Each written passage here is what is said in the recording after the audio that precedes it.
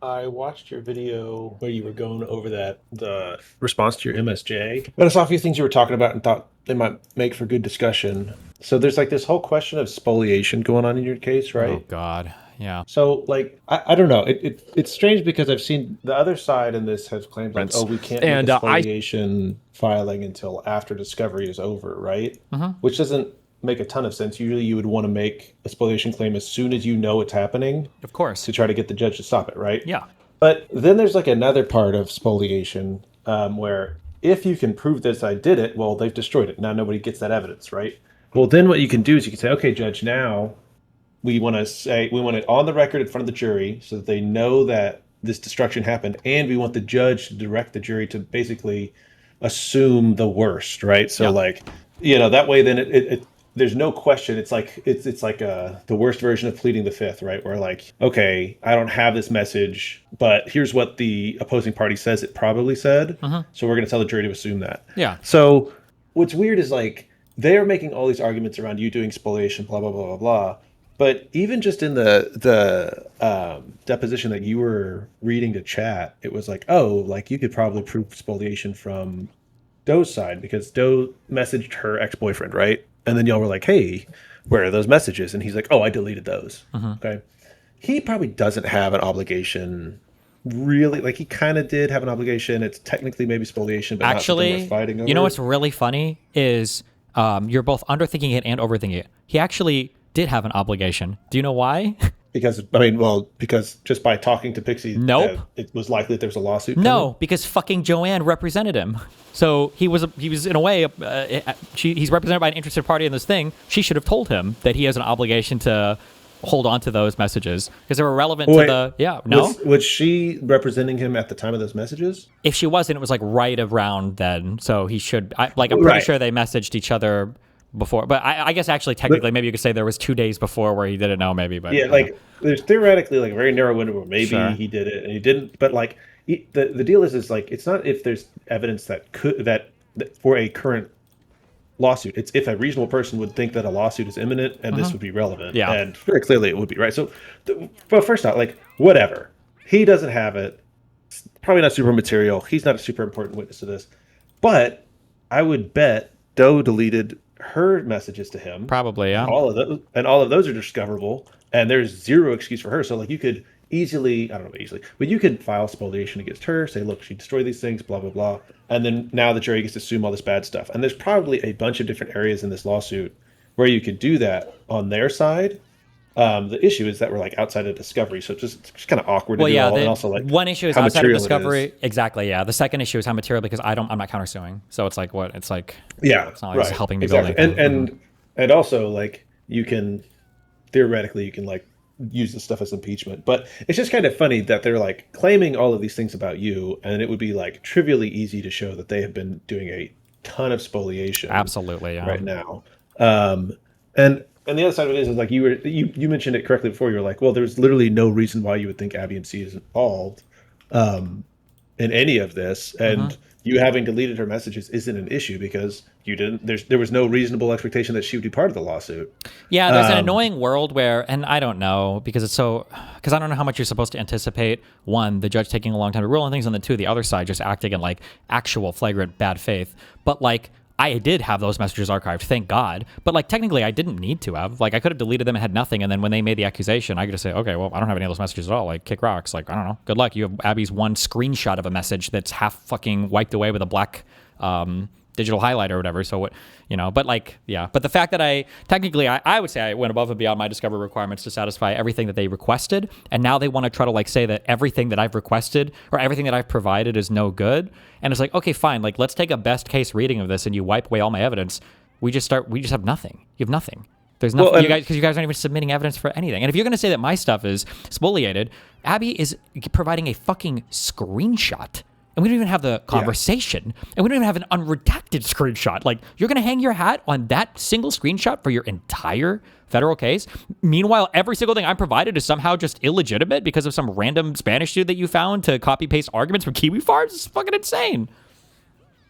well, you're right. And then on top of that, you look at like what their main argument for why your stuff needs to be excluded is this expert witness, which like first off. all of their arguments to exclude your information excludes Abby's.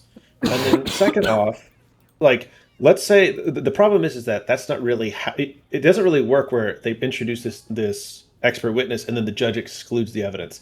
It almost certainly what would happen is you would introduce the evidence and then they would use the expert witness to call into to question the foundation or credibility, right? And the issue is that they can't really do it such that, in my opinion, the judge would exclude it. Instead, what would happen is the judge would say, well, we're going to let the evidence in, and then this guy can testify as to how this stuff works to undermine the credibility of that evidence, Sure. right? And then you would go up there and you could ask the questions of like, well, even if you had metadata, couldn't you edit the metadata, right? And what you're doing is you're asking the jury to give a shit about a super complex idea and concept, and then only agree with that theory and not agree with and not understand the fact that metadata is also editable, right? Yeah. And so it's just a very stupid way to attack evidence, and it also really undermines them. So it's just it's a Not very to like, mention, then it's like, okay, now like, unserious. Pixie, you need to explain why you have no messages with Lauren. You need to explain why you have no messages with Aaron. Like, and then it's just like, yeah. Like when we were doing the, I don't know if I read from the transcript on that, but like when we were doing the depo related to the Lauren messages, her argument was that we never had a single conversation at all related to the court case, and I didn't set those to auto delete. I didn't delete anything. The other party in the conversation set them to auto delete. Right. And it's like it's one of these things where it's just like, okay, I mean, like you can say that, you can testify all this stuff, but like none of this is building a very believable or strong case. None of this is going to serve you that well. And then like the only saving grace is that there aren't counterclaims that are going to roast you alive. So like, yeah, Yeah. I guess, right? And now I But wonder if like, maybe for future, hopefully I don't do it ever in court cases again. I wonder like what high profile or whatever the fuck civil litigators think or whatever. Like, should you always have some type of counterclaim just to kind of like check the other party? Where it's like if you start doing wild shit, then you can start stacking these up, because it is really annoying that there's nothing. I mean, I guess I can try to countersue after maybe, but that's going to be a whole other court case, everything else. And it's like, I don't know how much of, yeah. I mean, I'll try to sanction her for as much as I fucking can, but fuck, it's annoying to see how much like retarded, like blatantly fucking retarded behavior they can try to get away with on their end.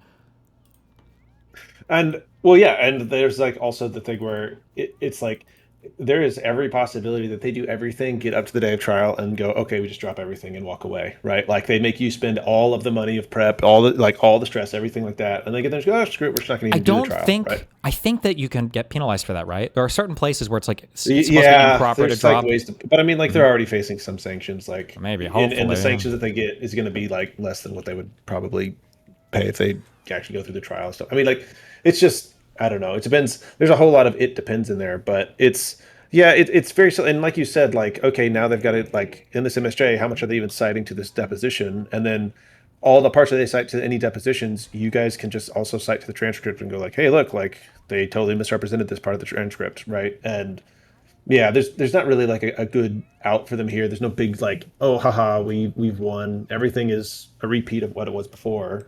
But yeah, you mentioned also like, oh, I wonder if there's like an industry for third party or for expert witnesses, and there 100% is that. So like if you need an expert witness to say something, you can find them, you'll pay them, they'll say it. So much so that like whenever you're in a lawsuit, whenever someone names an expert witness, the first thing you do is go look up their name to try to find them in other lawsuits about the similar things to contradict them and be like, hey, in this other lawsuit, you submitted a report that said this. Why are you saying it differently Oh here? fuck! Right? Somebody, there was another lawyer guy that emailed me, and they're called. There's a name for this. It starts with B. There's like a type of exception or type of thing that if an expert witness fails on, it's like very humiliating. I want to say like Bobber, but it's not that. Do you have any idea what I'm Oh, thinking? you're talking about Dalbert hearing? Is that it? Where you can exclude? Yeah. Yeah, it might be that. Yeah. Yeah, where like It's a type of voir dire.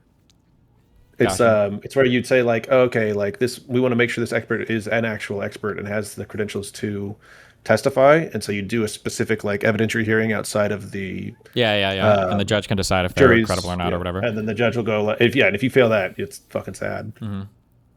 But yeah, I mean, it was like, I don't know, like there's not a ton to say out of this MSJ response. It's not much that like there that we didn't expect to see, and then like as far as like any additional It's so statement from crazy to Abby, me. it This doesn't really make disgusting sense. fucking cunt, dude. She was coached so hard on how to answer like very specifically for like so many different lines of questioning. Like on the I'm just scrolling through for looking at the signal thing. She says this over and over again. I did not delete anything. Miss Hayden set it up for deletion. All of our conversations were about another lawyer's personal life, and she just says this answer over and over and over and over and over and over again for why there are absolutely no conversations on Signal, and she just repeats it. Oh God, she's such a fucking liar, dude. God, I hate her so much. Well, and so there's like another awkward, like, I'll say this, like, if their strategy was to do this, it was actually like very effective, where like they knew they were going to get depositions, or like they were trying to get depositions here, because if they did depositions during discovery and acted like this, then you guys would very clearly move for to compel, because Oh, it's like, oh look, these true. people showed up and were bad faith and evasive, and now at this point it's like, oh well, yeah, we did the depositions, but like, are you really going to slow everything down some more because we were evasive and stuff like that? Like, at this point you guys might be able to like move for, like, I think it's, is it 37, Rule 37 sanctions, and be like, look, obviously, like, destroying evidence, they showed up to this depot in bad faith, like, you could probably move and try to get that after the trial. Yeah. But like, yeah, because you can't show up to a deposition in bad faith, and if you do, if someone does, like, we're presuming Doe did, you could very easily like show that to the judge and go like, look, this person showed up and did not answer questions they should have had answers to, they were not showing up in good faith. I told you there were, if I Stuff like control that. left, like authenticate, there shows up nine. Did you hear the reading of her answer for this? That she gave hers Yeah, 99 which times in the deposition. When we show her, like, here's the logs, this is what you said, can you explain this? Her response was, I can't authenticate the contents of this document, nor can I confirm them. I have no personal knowledge of how they were created, by whom, or if they accurately reflect the conversations I had. And every single time we tried to ask her anything about any conversation, she would just constantly just repeat that answer over and over and over again. And then at one point, Andrew asks her, what is your basis for believing this document is not authentic? She says, because the defendant never submitted his discovery to a third party. There is no reason for me to believe this is authentic. This isn't even a thing you have to do. It's retarded. But no. yeah, the amount of coaching that she went through for this to just repeat like the same bullshit ass fucking answers over and over and over again is so fucking annoying.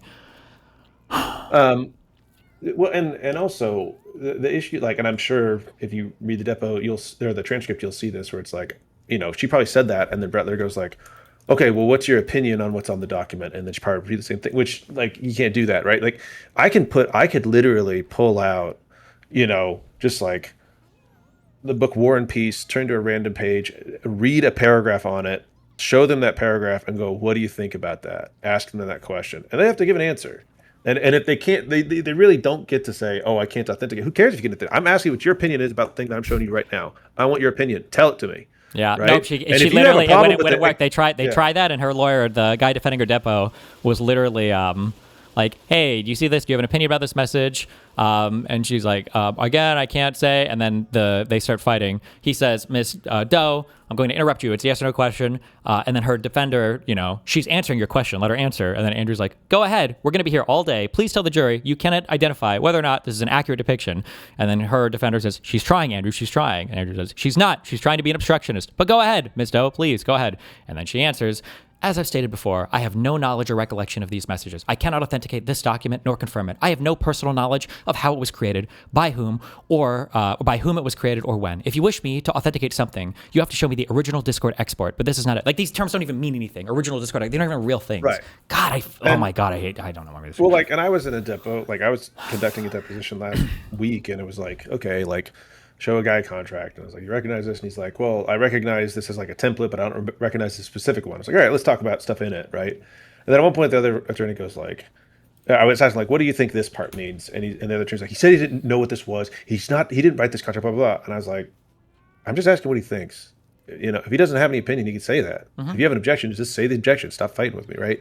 And so, like, if you show up and say, here, judge, here's 40 times she just went on this authentication line and is very clearly dodging questions, normally you can get like sanctions, or they have like different mechanisms to compel them to actually show up in good faith.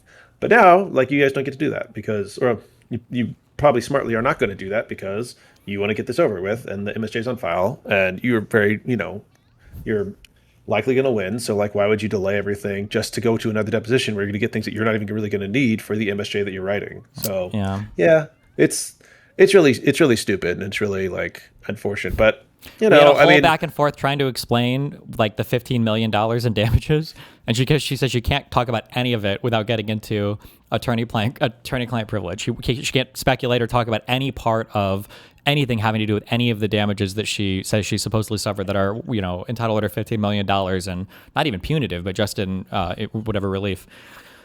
Ah, Jesus. yeah, it's yeah. Yeah. Well, look, we've got, hopefully she'll.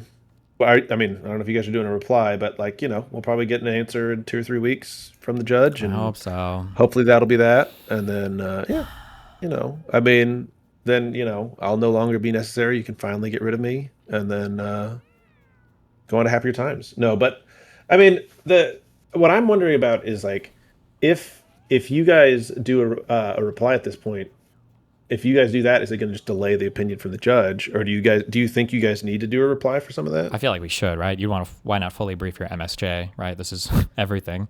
The thing that scares me Yeah. the most, I actually was chatting with him earlier about this. The thing that scares me the most is that, like, I hope that, and I know the clerks don't give a fuck about this case because it's just the most retarded random civil suit in the universe. But the thing that's scary is when you read like their filings, they're like they're pretty confusing. And it's like, defendant claims that at 10:34 p.m. he sent this, but in actuality it was like 10:14 p.m. and it was like 10:27 p.m. And we see here that it's like, I hope that when they're reading this, I hope that the clerks or the judge is not looking at this like, wow, there's like a big dispute back and forth over like the validity of these logs, as opposed to like, okay, the plaintiff has submitted absolutely fucking nothing. And all of these complaints are trying to needle and nitpick to death what the defendant has submitted, but there has been absolutely nothing on the record contrary to anything the defendant has submitted. Nobody has contradicted anything that I've shown. Nobody has provided anything that contradicts anything. It's just this weird, endless needling and nitpicking around like time zones and whether the format is okay or whatever else. So, because the material dispute of fact is the only thing I'm worried about, that there's going to be like, wow, fuck, maybe they really are, in disagreement about who has the correct logs. And it's like, they don't have any logs. They have nothing. Well, and that's kind of the thing that a lot of people are asking me, like, oh, what happens if Doe doesn't respond? It's like, well, technically, what happened, like in function, generally that means that the MSJ gets automatically granted. But really, what happens is the judge then goes in and goes, okay, well, like, since there's nothing on the other side, I'm going to assume everything that the movement wrote is true.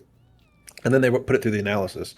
And on your end, like, what's funny is in their response to you, it actually functions similarly, where it's like, okay, Destiny laid out these specific facts, and then on the other side, what do they have to counteract it? Yeah. Well, they don't actually have specific facts to counteract it. They just have pleadings and arguments. Now, that can be sufficient. They can say, okay, look, like, even though Destiny has these specific facts, they don't fit the elements of what we're here to talk about. But they haven't really shown that, and they also haven't done anything to dispel your arguments. They've just said, like, oh no, like, we just don't disagree with the way that he interprets it. And it's like, okay, sure, but like, and then you're going to try to not get an based on an adversarial reading on evidentiary- evidence yeah. that I've submitted that you don't even have a counter to? What the fuck? Yeah. Right. And it's like, even if you read it in the light, like, the problem is that they're asking the judge to read it in the light most favorable to the movement, which is right. But the problem is that just because you're reading it in the light most favorable doesn't mean you interpret the evidence in a way that's most favorable necessarily, right? Because, like, okay, Yeah, like this date could imagine be- like, do you have a video, or do you have like a log from your ex-wife in 2017? And you're like, no, I don't. And they're like, we want an adversarial reading on that because we're going to claim that in 2017, with no evidence, that he told Melina that he was going to do all this horrible video stuff to fix it. It was like, what? What? Yeah, just retarded. Like, if you had evidence of, Right. like, Abby can show here that she thinks that this was sent here, and she has like some kind of evidence here, and then I'm deleting it all. It's like, okay, that's a stronger argument. But the fact that you can just like got at the gaps, your evidence on all of this is like, what are we doing? Well, right, because, like, let's say you said, like, oh no, the date format's wrong. See, like, here's these messages that show the date format this way, and then they said, well, no, actually, Judge, look, we have these messages about these two different. One second, sorry, we have these logs that show that, like, no, we can frame that message around them to show that this date format is correct, right? Okay, now we've got two different sets of evidence showing different date formats. And it's like, okay, now the judge is going to have to like determine which one they believe and things like that. This is they have a single message, and then like on your side, you can frame that message with the date formats to show. And it's like, well, the judge isn't going to look at that one single piece and go like, well, that's equal to all of this other evidence. They're still going to weigh everything. It's just they're going to like interpret it in a way that's favorable to plaintiff. But then also like the other issue is that plaintiff has largely abandoned the original thing with Rose, and then now with Abiam C, all they have are these two declarations. And the problem is that like the declarations aren't in conjunction with evidence. So usually if you have a declaration, if you're just talking about events that happened, right? Sometimes you can't provide evidence to support it. But but if you have like specific documents or events and you're talking about them in a declaration, it doesn't really mean much if those documents don't also enter the record, right? So Sure. if ABMC is like, oh, there were messages that I received of this stuff, and here's a message of me talking about receiving it, well, the judge isn't going to go, okay, well, those exist. The judge is going to go, well, these don't evidence that the messages exist. Just saying it, you're saying it. Sure. Or at the very least, maybe that's okay in like your pleading stage. But like I imagine you would want to develop that a lot more during discovery, right? Well, but that's the thing, right? So like your pleading stage is where you get to just kind of say whatever, as long as you meet a minimum threshold. And MSJ is where it's like, no. You cannot rest on your pleadings. You are not allowed to rest on your pleadings. If you're making affirmative claims, you have to have evidence at that point. And just people saying that evidence exists or having evidence of the evidence existing is not sufficient. The whole line of questioning related. So she tried. This is her explanation. So in the middle of the page here, there's an indication that Pixie wrote at 2:13 a.m. I feel like whatever I ask you to cover will be too high a price, and then I'm going to feel even worse over it. Do you see that? She says, yes. Is that a message that you sent to Mr. Bonnell? Yes. Oh, she remembers this one. Okay. And were you referring to, what were you referring to when you said, whatever I ask you to cover will be too high a price? What did you mean by that? And I meant whether it was 5 or 10 or whatever number. I felt like if he said no, then it would just make me feel bad. And he says, move to strike is non-responsive. What did you mean by too high a price? And she said, I felt like no matter what I put, if he said no, I would just feel bad. Why would you feel bad? Because it would indicate that he doesn't actually think he hurt me to the level that I thought he hurt me. Was $15 million too high a price? I have no idea what would be too high a price because he never stated a price. Who never stated a price? The defendant. Why would the defendant need to state a price? Because he acknowledged that he hurt me, and I wanted to know what level he thought he was hurting me. And you thought he was hurting you at the level of $15 million? I thought he was hurting me to whatever price you place on wanting to die, I guess. Well, you placed a $15 million number on that. How did you get there? I've been instructed previously not to answer. You can't answer that question, can you? She's like, I can't do it. You can't do it. And then her lawyer is fighting a little bit.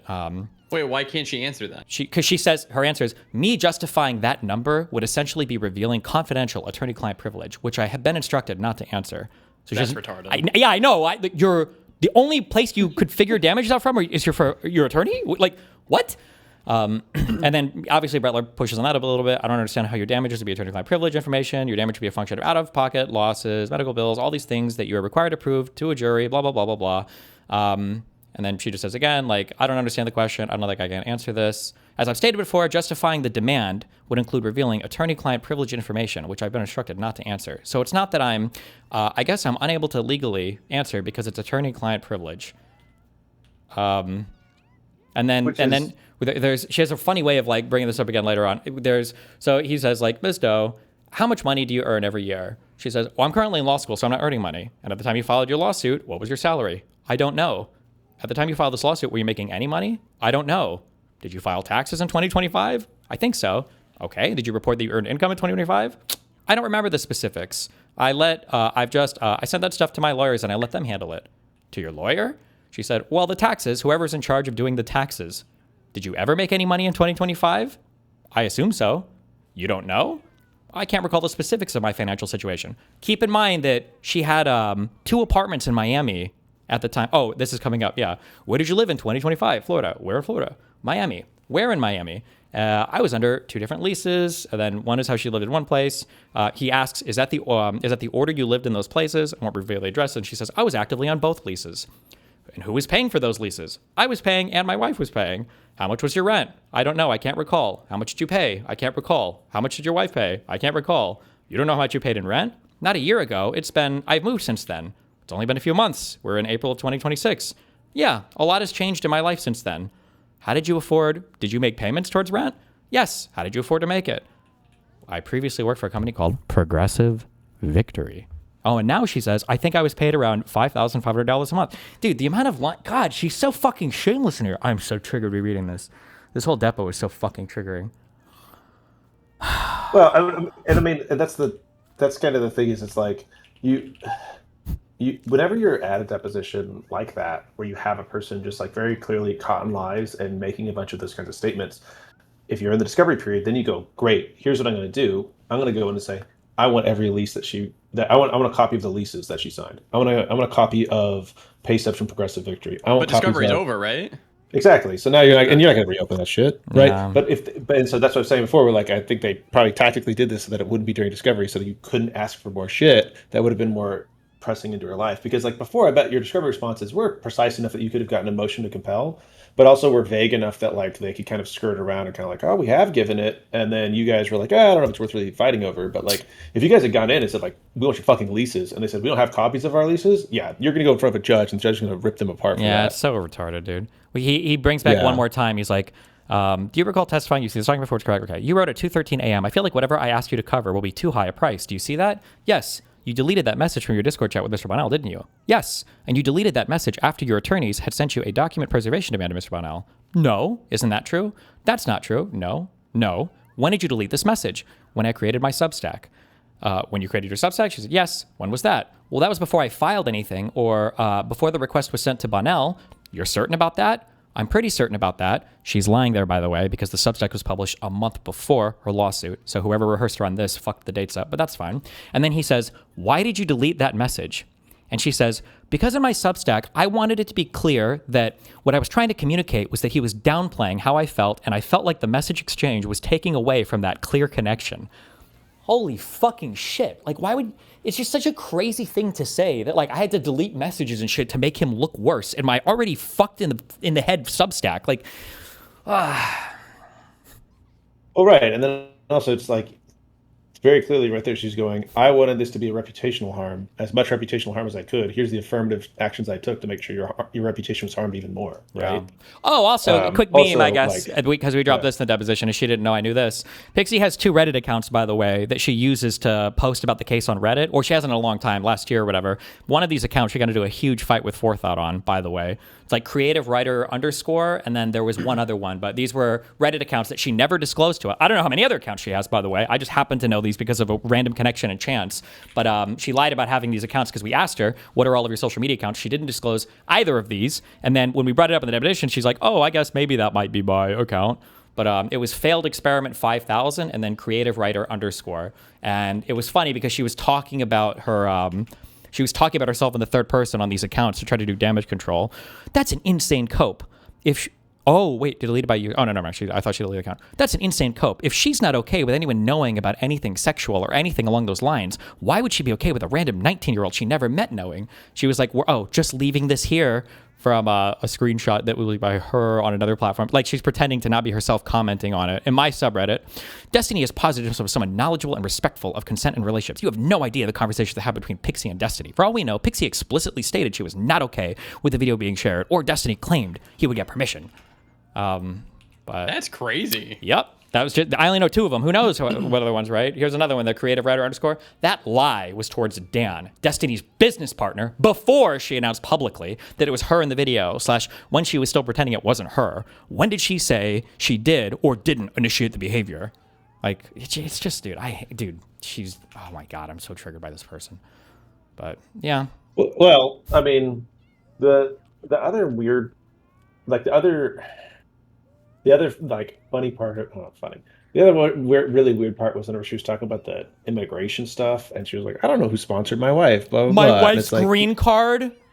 It's like, you mean the thing where you had to fill out a bunch of documents, and you would have like gone to the like, was the interview thing, and like done all like you would have. Like, there's no way that you successfully got through the marriage green card process and didn't know that, because if you didn't, they would have brought it up at the interview and been like, oh, this is a fake marriage. Yeah.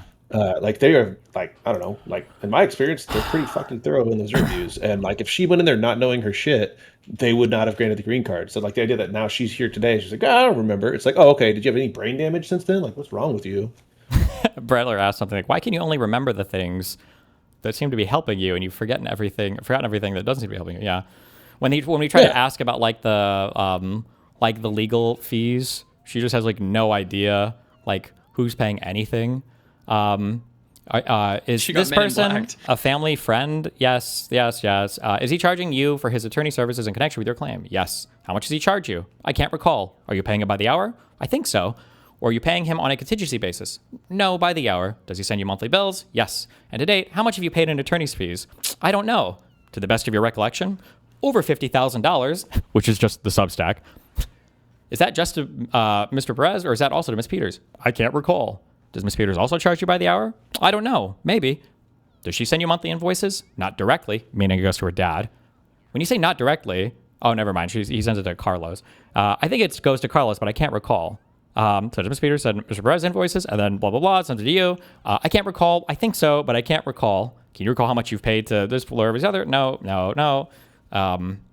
Yeah, it's just, yeah. And then eventually I think this is the other thing is like, if this was during discovery, to be a broken record, you could say like, okay, you don't know this, who would know it? Who would have that information, right? And then you start building a list of names and go, great, these are all people that I'm going to 100%, like, absolutely, yes. Your dad's paying for all this? Cool, we're going to go ahead and let's go figure out, exactly, right? Yep, yeah. Yeah, like that's what you do, and that's what we do, is like whenever you have a person that doesn't know anything, you're like, great, who would?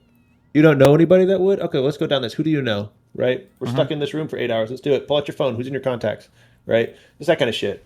And you just start boom, boom, boom, boom, boom. And that stuff's all kind of out of reach. Now, I'm not going to get it, I mean, it's all based on your appetite. And like, especially if the other side, if you have counterclaims and you're playing with house money, that's when you can really start doing that stuff too. Because like, let's say even you did have the time for this, then you've got to be like, all right, am I going to pony up another $15K to like depose every single person she lists? Yeah, without a counterclaim present, it's like, what's the point? Yeah, but yeah. Oh, okay, and then another good meme. I don't know if this actually mattered or not. I have no idea. But she also claims, I don't know if this was to help her. I just don't believe anything she says because she's lied about fucking everything. But she also claims that in August of last year, her phone got stolen. And so she has no messages or anything back from anything related to that. So it's like, oh, fuck, You're claiming today under oath penalty of perjury, you have evidence that Steve Mano transmitted the video depicting you to Abby, blah, blah, blah. I'd like to know why we don't have that evidence. She says, I don't think there's specific evidence of the video because defendant has deleted it. That's my understanding. And you have no basis for that statement, correct? You have no evidence that Mr. Bennell deleted some purported communications, do you? She said, oh, there is evidence. You have evidence that Mr. Bennell deleted communications between him and Abby MC? He has stated multiple times on his stream that ever since the lawsuit dropped, he erased communications between him and essentially every woman in his life. That is video evidence that he has done. He has said it on his stream and it is recorded, so there is that evidence. Are you aware of any communication between Mr. Bennell and Abby MC reflecting him transmitting the tape featuring you and her? No. Thank you. Did you ever have your phone stolen? Yes. What were the circumstances of having your phone stolen? I was on my way back from school, I think, and I was in an Uber or Lyft, more specifically, and I left my phone. I exited the car drove off, and my phone was still in the car, so it got stolen from there. It got stolen or you lost it? Well, no, it got stolen because I found out where the location was, and when I contacted the Uber driver, and by that point, somebody had taken the phone. And so there's like no messages that she's able to give apparently before August of last year as well. Is the fact that your phone, that you left your phone in a car, a reason why you would be unable to produce responsive documents to our request for production? Well, it's possible that the data in that phone was gone, that was stolen. When was your phone stolen? I can't recall. October of 2025? I don't know. Was it before or after you filed the lawsuit? After. Oh my fucking God, dude. It's shameless. It is so dude, I hope I can get her banned. God, I hope I could fuck her character for this stuff so bad, dude. Oh, Steve's gonna be showing up to every 100%. I'm gonna be on that panel. 100%. Christ. That's great. Well, I mean, it definitely would. I'm sorry, like this kind of stuff, especially if you guys do move for sanctions at the end, citing some of her behavior, things like that, it could definitely affect it. I mean, like, just to talk about like. When I went through character and fitness, like I didn't even submit stuff wrong. I accidentally filled out one of the pages wrong and like hit save, and I'll come back later to fix it. Mm-hmm. And then I came back later and fixed it, and they still were like, "Hey, what was going on there? Like, why did you say that you'd been arrested for a crime whenever you haven't?" And I was like, "Oh, like I accidentally put yes when I meant no." And they're like, "Okay, go to the DA of your jurisdiction and get an affidavit saying you've never been arrested." Yeah. And I was like, "Are you serious?" And they're like, "Yeah." And so I called We're the deadly DA and I was like, serious. yeah, I called the DA. I was like, what do I do? And they're like, we don't know what the fuck you're talking about. And I was like, can one of you guys just send me an email that says I never got arrested? And they're like, fine, whatever. And they sent me one, and I gave it to Character and Fitness, and they're like, all right, but we're going to be watching you because obviously something's going on. Yeah. So, Okay, I mean, this that shit's document pretty asks for a tight. number of categories of documents, including documents between you and your ex, anybody else that you communicated with pertaining to the video, anybody that you communicated with pertaining to Mr. Bonnell at all, and all of your communications with Lauren Hayden about this lawsuit about Mr. Bonnell. In fact, request number 23 specifically asks for all documents communicated between you and Lauren Hayden from October 1st, 2019 to the present on the mobile application Signal pertaining to defendant. Do you see that? Yeah. And you produced not a single document responsive to that request, correct? Yes, because we didn't talk about defendant. Such a joke. Shrimple ass. Yeah. Shrimple fucking ass. Didn't talk about you. Yeah, well, Oh, dude, Rattler's so funny in these typos. Request 24 is to do the communication between you and anyone else pertaining to defendant. I wasn't talking to anybody else on Signal. So the only person you were talking to with automatically deleted messages on Signal was Lauren Hayden, correct? Yes. Your best friend, correct? Well, with nothing pertaining to the defendant, correct? Sure. You think the jury will believe that? They should. Okay. Why were you automatically deleting messages if it had nothing to do with this case? Oh, that guy objected. And he said, I withdraw the question. It was a hypothetical. Jesus. Sheesh. Anyway. yeah. Whatever. Good memes. Oh, yeah, good memes. But yeah, well, good luck. Hope everything goes well. Look forward to the reply, or if no reply, then just the order. Yeah. Did you read any of of that Virginia case? I didn't read all of it. I read some summaries of it. 1 second, I need to address some haters out there. Uh-oh. Nice. Yeah, I was very big on this case, like succeeding when it got to the Supreme Court, because there had been challenges to this vote prior to it actually happening. People actually challenged similar, like they made similar challenges, and the Supreme Court was like, "No, we're going to let the vote go." I didn't read through all those, and I was like, "Oh, okay. I guess the procedural shit doesn't actually matter." And then if you read it this time, they go, "Oh, hey, the reason we didn't do that before is because there's like this norm that we're following where we don't rule on this shit until the vote is over," which I think is like, I did not assume they would be that stupid, because like, why make the state go through all the cost and expense and difficulty of an election if you're just going to cancel it afterwards? If you have the opportunity to cancel it beforehand, why wouldn't you do that? Anyways, so then now this time they're like, okay, now that it's happened, we're willing to actually cancel it, and so they negated it. I don't practice in Virginia, and if you know anything about any of the states that were formerly 13 colonies, they have the worst law codes that are gigantic and full of old stupid rules like this. So I didn't know it, and so I lived out on in public, and people saw and they made fun of me. But yeah, just had to get that out there for the haters. It's a pretty Fuck the haters. It's a pretty extraordinarily retarded decision. The dissent, I think, Yeah. is really strong. It's pretty astounding. But yeah. Well, the Supreme Court challenge, I feel like, is a good challenge for federal law reasons. But I have a feeling the Supreme Court is going to find a reason to either not hear it, or Alito's going to write the most retarded thing you've ever seen in your entire life about it. But I don't know. You'd have to assume that the court was acting in bad faith for that, though. well, that true, actually true. But yeah. But well, just real quick going back, I just wanted to say that because that stuff before, because it's like I feel like there's a lot of people nowadays that have a hard time admitting whenever they get something wrong, or they try to they make a guess and it doesn't go the way they said, and I think it's really not a good thing for us to keep encouraging people to not address those things, or Wait, be able hold to on. have I'm the sorry. humility I'm to admit totally they're lost wrong. right now. What are you talking about right now, or what are we? Whenever I just before was saying, hey, I was wrong about my prediction, and I'm saying Oh. that I think that there's a lot of people out there, especially online, that won't admit when they're wrong, and I think that, hey, it's totally fine to do that, and it should be more normal to say, hey, this is my prediction, this is why I got it wrong, and I don't have to go kill myself now just because I got one prediction wrong live No, on the you internet. do. Whoa. I'm sorry. Okay, I got to get back to my job. I love you guys. Have a good one. Be careful, bud. Okay. Love you more. Shut up. Didn't dispute it.